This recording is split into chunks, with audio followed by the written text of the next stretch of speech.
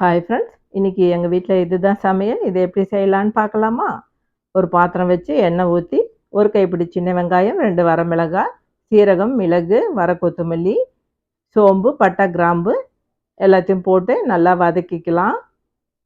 ஒரு பெரிய தக்காளியை கட் பண்ணி அதையும் போட்டு வதக்கிக்கலாம். ஒரு கைப்பிடி தேங்காவும் அதிலே போட்டு நல்லா வதக்கி எடுத்து அரைச்சி வச்சுக்கலாம். ஒரு குக்கர் வச்சு கடுகு, கடலைப்பருப்பு, உளுத்தம்பருப்பு, வெட்டி வச்ச வெங்காயம், கருவேப்பிலை தழை, இஞ்சி பூண்டு பேஸ்ட்டு, ஒரு ஸ்பூனு சிக்கன் தூள் போட்டு அரைச்ச விழுதையும் ஊற்றி தேவையான அளவுக்கு உப்பு போட்டு தண்ணி ஊற்றி ஒரு குக்கர் மூடியை போட்டு நல்லா 3 விசில் விட்டு இறக்கி வச்சுக்கலாம்.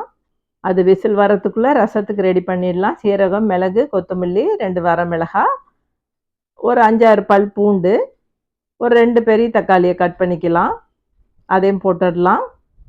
தேவையான அளவுக்கு உப்பு போட்டுடலாம். ஒரு சின்ன நெல்லிக்காய் அளவு புளியும் போட்டுடலாம். எல்லாத்தையும் நல்லா அரைச்சி வடிகட்டி எடுத்துக்கலாம்.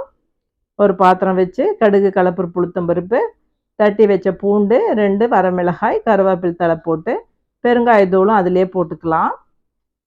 வடிகட்டி எடுத்த ரசத்தையும் அதிலே ஊற்றிடலாம்.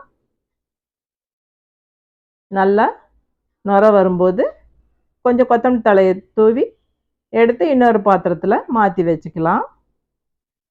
இன்றைக்கி சிறுகீரை பருப்பு கூட்டு தான் வைக்கலான்ட்டு.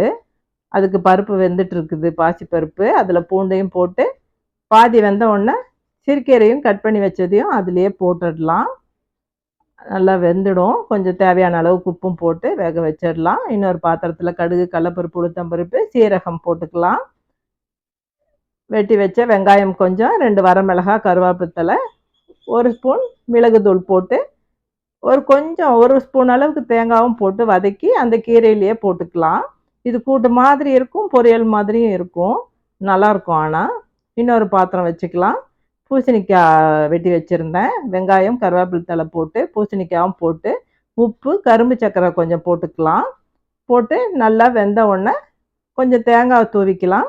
நடக்கல்ல வறுத்து அரைச்சி வச்சுருந்தேன், அது 2 ஸ்பூன் போட்டு கொத்தமல்லி தழை தூவி நல்லா கிளறி எடுத்து வச்சுக்கலாம். குழம்பும் விசில் எடுத்துட்டு குக்கரை ஓப்பன் பண்ணி கொத்தமல்லி தழை தூவி நல்லா கிளறி எடுத்துக்கலாம். அவ்வளோதான், ரெடி ஆகிடுச்சு கொண்டக்கடலை குழம்பு. ஒரு பாத்திரத்தில் ஒரு முட்டை ஊற்றி உப்பு போட்டுக்கலாம். கொஞ்சம் துருவன கேரட்டு, கட் பண்ண வெங்காயம், கொத்தமல்லி தழை, மிளகுத்தூள் எல்லாம் போட்டு ஒரு ஆம்லேட்டாக ஊற்றி எடுத்து வச்சுக்கலாம். அவ்வளோதான், இன்றைக்கி காலையில் டிஃபனுக்கெல்லாம் எடுத்து வச்சாச்சு. ஜூஸுக்கு பீட்ரூட்டும் கேரட்டும் போட்டு ஜூஸ் போட்டிருந்தேன். அதுக்கு கொஞ்சம் தேன் கலந்து அதையே காலையில் டிஃபனுக்கு கொடுத்துக்கலாம். மதியம் லஞ்ச் பாக்ஸுக்கு இதே பூசணிக்காய் பொரியல், சாப்பாடு வச்சு ரசம் ஊற்றி கொண்டக்கடலை குழம்பே ஊற்றி மதியத்துக்கு லஞ்ச் பாக்ஸ் கொடுத்து விட்டுறலாம். அவ்வளோதான் ஃப்ரெண்ட்ஸ், பாய்.